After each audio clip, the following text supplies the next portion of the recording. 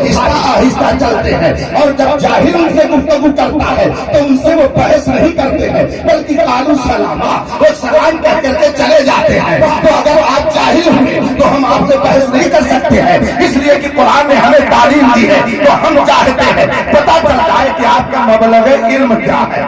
1.5 گھنٹہ تک جناب کا علمی جنازہ نکلتا رہا، اور جب زیادہ جوش گرایا گیا تو ہم نے دیکھا کہ جناب کے چہرے پر ہوائیاں اڑنے لگی۔ حضرت مناظر رشیدیہ میرے سامنے رکھی ہوئی تھی، اس کو میں نے مجمع کو دکھایا اور میں نے کہا اس کے مصنف اور رائٹر بریلی کے نہیں ہیں، یہ جون پور کے رہنے والے ہیں، اور یہ اعلیٰ حضرت کے مرید اور خلیفہ نہیں ہیں۔ سن 1038 ہجری میں ان کا انتقال ہو گیا۔ یہ کتاب 400 سال پہلے کی ہے، اس میں لکھا ہوا ہے کہ دونوں مناظر اگر ہم پلہ ہوں تو مناظرہ کرنے میں سہولت، اور دونوں کو چاہیے کہ ہم پلہ رہیں۔ میں نے ترجمہ تو کر دیا، مگر عبارت کے لیے میں نے ایک صاحب کو ایک کتاب دی اور میں نے کہا لے جائیے ان کے پاس، کہہ دیجئے کہ اس کو پڑھ دیں اور پڑھ کر کے اس کا ترجمہ کر دیں۔ لیکن جناب کو دن میں تارے نظر آنے لگے، وہ کیا سمجھے بیچارہ کہ علم کیا چیز ہے، وہ کیا سمجھے کہ مناظرہ کیا چیز ہے۔ ایک روز میں نے اس کی ایک تقریر سنی، وہ کہہ رہا تھا کہ تعزیہ بنانا سنت رسول ہے، اور صرف بنانا ہی نہیں بلکہ گھمانا بھی سنت رسول ہے۔ اور دلیل کیا دے رہا ہے کہ رسول پاک صلی اللہ علیہ وسلم مکے میں امام حسین کو کندھے پر بٹھا کر مکے کی مدینے کی گلیوں میں گھماتے تھے، اور تعزیہ امام حسین کی یادگار ہے تو اسے بھی گلیوں میں گھمانا یہ رسول پاک کی سنت ہے۔ اس لیے کہ حضور نے امام حسین کو مدینے کی گلیوں میں گھمایا، تو ہم اگر ان کی یادگار تعزیہ کو گھمائیں تو یہ رسول پاک کی سنت ہے۔ مارے گھٹنا پھوٹے سر جب اس نے یہ تقریر کی، اس کے ماننے والوں میں نعرے حیدری، سمجھ میں بات آ گئی۔ وائی سے بے نیاز بھی جاہل مطلق ہے، اور ان کے ماننے والوں کا بھی وہی حال ہے۔ اس لیے میں نے سوچا تھا آج ان کا علمی جنازہ نکل جائے گا، لیکن بعد میں سمجھ میں آیا علم ہے ہی نہیں تو علمی جنازہ کیا نکلے گا۔ ہاں جہالت کا جنازہ ضرور نکل جائے گا۔ اب میں نے کہا ذرا یہ کتاب ان سے کہہ دیجیے پڑھ کر کے اس کا مطلب بتا دیں، تاکہ لوگ سمجھ جائیں کہ اختر حسین قادری اپنی طرف سے نہیں کہہ رہا ہے بلکہ یہ لکھی ہوئی کتاب ہے، اس کو ماننا تو پڑے گا۔ لیکن جب آدمی اس کے پاس کتاب لے کر کے گئے، کہتا ہے مجھے اس کی ضرورت نہیں ہے، کتاب اس نے واپس کر دیا۔ پھر دوبارہ لے کر کے گئے، دوبارہ واپس کر دیا، دوبارہ میں نے بھیجا، پھر واپس کر دیا۔ مجھے جلال آیا، میں نے کہا خدا کی قسم یہ اتنا بڑا بے علم ہے کہ اس کے پاس اتنی صلاحیت نہیں ہے کہ اس کتاب کو یہ پڑھ سکے، نہ اسے سمجھ سکے، نہ اس کو سمجھنے کی صلاحیت ہے، نہ پڑھنے کی صلاحیت ہے۔ جس کا یہ حال ہو وہ صحابہ پر تبرہ کرے، اس کو تو پانی میں شرم کے مارے ڈوب کے مر جائے۔ نعرہ تکبیر، نعرہ رسالت، مشرق اعلی حضرت علماء اہل سنت حضرت علامہ اختر حسین عالمی صاحب قبلہ۔ اور اس کے بعد پھر جب بہت جھجوڑا کہ سند دکھاؤ بھائی، سند دکھاؤ، تو وہ بہت جھجوڑنے کے بعد جوش میں کہتا ہے یہ میں بھی سند لے کر آیا ہوں، لے جائیے ان کو دکھا دیجئے۔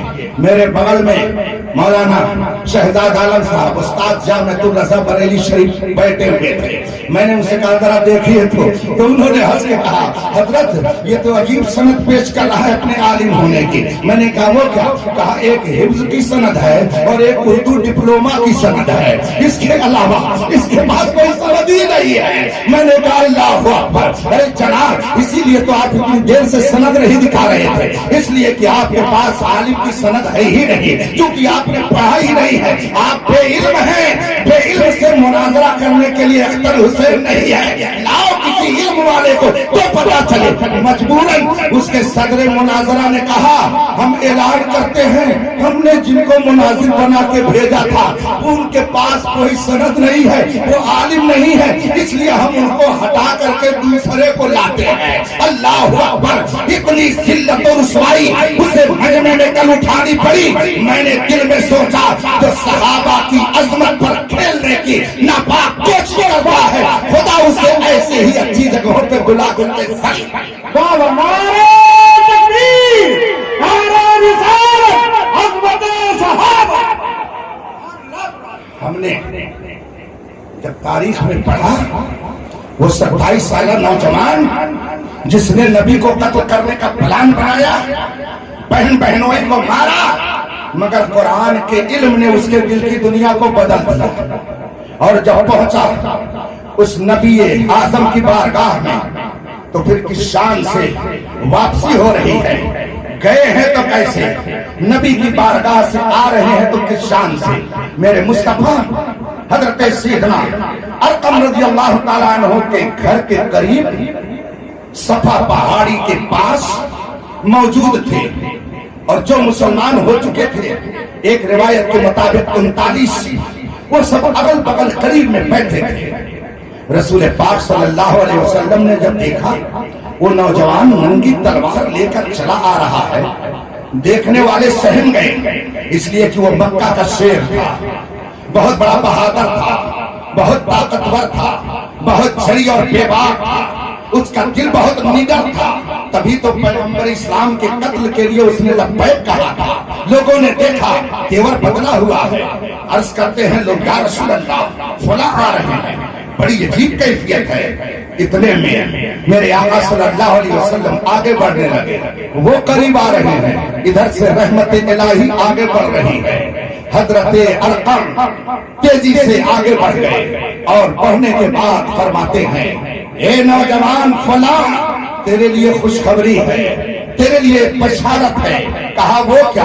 کہا رات ہی میں نے اپنے پیغمبر سے سنا ہے، رات ہی میرے پیغمبر دعا کر رہے تھے اللہم اعز الاسلام بے عمر ابن الخطاب او ابی جہل ابن ہشام۔ رات میرے نبی نے دعا کی ہے کہ اے مولا اسلام کو غلبہ دے دے، اسلام کو طاقت دے دے، یا تو عمر ابن خطاب کے ذریعہ یا ابو جہل ابن ہشام کے ذریعہ۔ رات ہی ابھی میرے نبی نے دعا کی ہے، لگتا ہے کہ تمہارے حق میں دعا قبول ہو گئی ہے، آؤ آؤ چلو، لگتا ہے تیری قسمت کا ستارہ جگمگانے والا ہے۔ نوجوان کو لیا اور نبی کی طرف بڑھتے رہے، میرے مصطفیٰ بھی آگے بڑھے۔ روایت میں آیا ہے کہ ایک دستے پاک سے میرے مصطفیٰ نے اس نوجوان کا دامن پکڑا اور دوسری دستے پاک سے اس کی تلوار کو پکڑا اور فرمایا کیا چاہتے ہو؟ ہلاکت چاہتے ہو؟ کیا اس وقت فتنہ فساد بند کرو گے جب تم یہاں پر اپنی ذلت کو اپنے ماتھے کی آنکھوں سے دیکھو گے؟ میرے مصطفیٰ نے اس کی ذلت کی داستان جو ہی اس کے سامنے رکھی، نتیجے کے طور پر اسے کچھ اور نہ سننا تھا بلکہ کہا اشہد ان لا الہ الا اللہ واشہد ان عبدک انک عبدک انک عبدہ ورسولہ۔ میں گواہی دیتا ہوں، ہم گواہی اس بات کی دیتے ہیں کہ آپ اللہ کے رسول ہیں، خدا ایک ہے، آپ اس کے بندے ہیں، اس کے رسول ہیں۔ میرے مصطفیٰ نے جب اسے کلمہ پڑھایا اور تھوڑی ہی دیر کے بعد جب اس کے دل کی دنیا بدلی تو اب کہتا کیا ہے وہ نوجوان، آپ لوگ چپ کے کیوں رہتے ہیں؟ آپ لوگ خاموشی سے کیوں اندر رہتے ہیں؟ لوگوں نے کہا ہمیں ذرا خوف ہے۔ کہا کچھ نہیں، سب باہر نکلو، سب باہر نکلو، دو لائن لگاؤ، ایک لائن میں میں رہوں گا اور دوسری لائن میں یہ میرے مصطفیٰ کے چچا حمزہ رہیں گے۔ لائن لگاؤ سب لوگ۔ 39 کے بعد 40 ہوئے تھے، 20 کی لائن لگ گئی۔ ایک طرف وہ نوجوان ہے جو مکے کا شیر بن کر کے آگے کھڑا تھا اور دوسری طرف میرے مصطفیٰ کے چچا ہیں حضرت حمزہ ہیں، اور وہ نوجوان کہتا کیا ہے چلو چلو لمبی لائن بنا کر کے چلو، اب چھپ کر کے اسلام نہیں رہے گا، اب ظاہر کیا جائے گا۔ تو لمبی قطار ہے، ایک طرف وہ نوجوان ہے جو مصطفیٰ کو قتل کرنے کے لیے چلا تھا اور دوسری طرف وہ ہے جو رسول پاک کے خاندان میں رسول پاک پر مر مٹنے کا جذبہ لے کر آگے کھڑے ہیں۔ یہ دو قطار چل رہی ہے، یہ کہاں جا رہی ہے؟ مسجد حرام میں۔ اور پھر جب مسجد حرام میں یہ دونوں قطاریں ایسی پہنچ گئی، دیکھنے والے ہکا بکا ہیں، یہ کیا ہو گیا؟ کل تو ابھی منصوبہ بنا تھا کہ ان کو قتل کیا جائے گا، آج قاتل تو ان کے دفاع میں آگے آگے ہے، یہ ہوا کیا؟ نظریں بدل گئی تو نظارے بدل گئے، آخر یہ ماجرا کیا ہے؟ کل تک جو قتل کرنے کے ڈر میں تھا آج تو وہ اس کے دفاع میں پیش ہے۔ جب مسجد حرام میں لوگ پہنچ گئے، پتہ نہیں اس نوجوان بہادر کے دل میں شیر مکہ کے دل میں کون سی بات آئی؟ اس نے کہا بیٹھو. اب ڈھونڈتے ڈھونڈتے ابو جہل کے گھر پہنچ گیا. ابو جہل اس کا سگا ماموں تھا. یاد رکھیے گا مکے کے اس شیر کا ماموں ابو جہل سگا ماموں تھا. کہا کون؟ کہا فلاں. کہا کس لیے آئے؟ کہا دروازہ کھولو. مگر وہ ابو جہل جو بہت پھتورا بنتا تھا دروازہ نہیں کھول رہا، دروازہ نہیں کھول رہا. کہا بتاؤ کیا بات ہے؟ کہا سن میں بھی اسی نبی عربی کا وفادار ہو چکا ہوں، تم کو جو کرنا ہے کر لینا. اب دوسرے کے دروازے پہ گئے جو بہت پھتورا بنتا تھا، کنڈی کو کھٹانے والا تھا، لیکن دیکھا کہ وہ باہر کھڑا. کہا سن تو کل تک اس پیغمبر کو قتل کا منصوبہ بنا رہا تھا، سن لے یہ مسلمان ہو گیا، اب اسی نبی کا وفادار ہو گیا، جا جو کرنا ہوگا کر لینا. ڈر کے مارے اس نے جلدی سے دروازہ بند کیا، اندر چلا گیا. پھر تیسرے دروازے پہ وہ شیر گیا اور کہا سن لے یہ فلاں ہے، نبی کا وفادار ہو چکا ہے، جو کرنا ہوگا کر لینا. ایک آدمی یہ منظر دیکھ رہا تھا. اس نے کہا فلاں آخر یہ تم کیا کر رہے ہو دروازے دروازے؟ اپنے مسلمان ہونے کی خبر دینا چاہتے ہو؟ کہا اور کیا، اب مکے میں جس کو جو کرنا ہے کر لے. مکے کا یہ شیر اب میدان میں اس نبی کا وفادار بن کر کے آ گیا ہے. اب جو آنکھ ادھر اٹھے گی وہ آنکھ نکالی جائے گی، جو انگلی اٹھے گی وہ انگلی کاٹی جائے گی، جو قدم چلے گا اس قدم کو توڑ کر کے رکھ دیا جائے گا، جو ہاتھ اٹھے گا اسے توڑ کر کے رکھ دیا جائے گا. جس کو جو کرنا ہو آؤ، شیر مکہ میدان میں آ چکا ہے.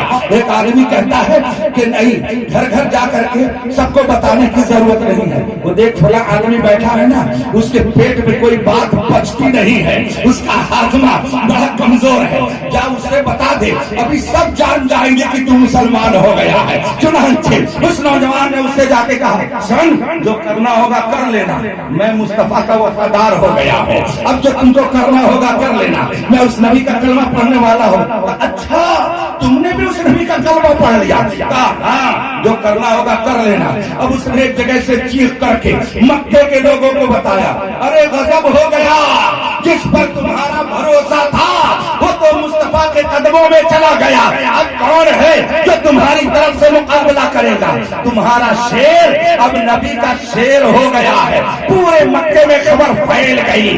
میں نے جب تاریخ پڑھی تو مجھے حیرت ہو رہی ہے کہ مکے کا اتنا بہادر نوجوان اور اتنی جلدی سلنڈر ہو گیا اس نبی کی بارگاہ میں کہ نبی کو نہ تلوار چلانی پڑی، نہ تیر چلانی پڑی، نہ جنگ کرنا پڑا، اور وہ نوجوان جو بڑا بہادر وہ مصطفیٰ کے قدموں میں آ گیا. آواز کی تاریخ نے کہ دیکھو جو مصطفیٰ کا شیر ہوتا ہے وہ مصطفیٰ کا تو غلام ہوتا ہے مگر اوروں کا وہ امام ہوتا ہے. جو نبی کا غلام ہوتا ہے وہ دنیا کا امام ہوتا ہے. اب یہ مکے کا شیر یہ مصطفیٰ کا شیر کہلائے گا. حضرت نے جب 2 روز پہلے مجھے بتایا، میں نے عرض کی کہ کس موضوع پہ بولنا ہے تو کہا حضرت فاروق اعظم پر. اور اس سے پہلے میں نے سن رکھا تھا کہ جن کا عرس ہے ان کو لوگ بنارس میں شیر بنارس کہتے ہیں. تو دل نے کہا خون نے اثر کیا ہے، وہ خون نے اپنا رنگ دکھایا ہے. مکے کے شیر نے بنارس میں اپنے لختے دکھا. شیر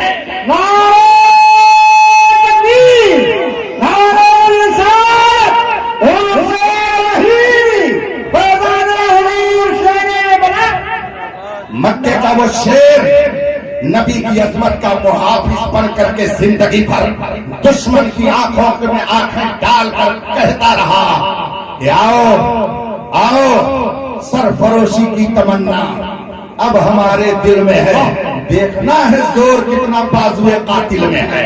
جب یہ جرأت و بہادری دکھائی جتنے مکے کے شیر تھے سب شیر مصطفیٰ کے سامنے گیدڑ بن گئے، سب گیدڑ بن گئے.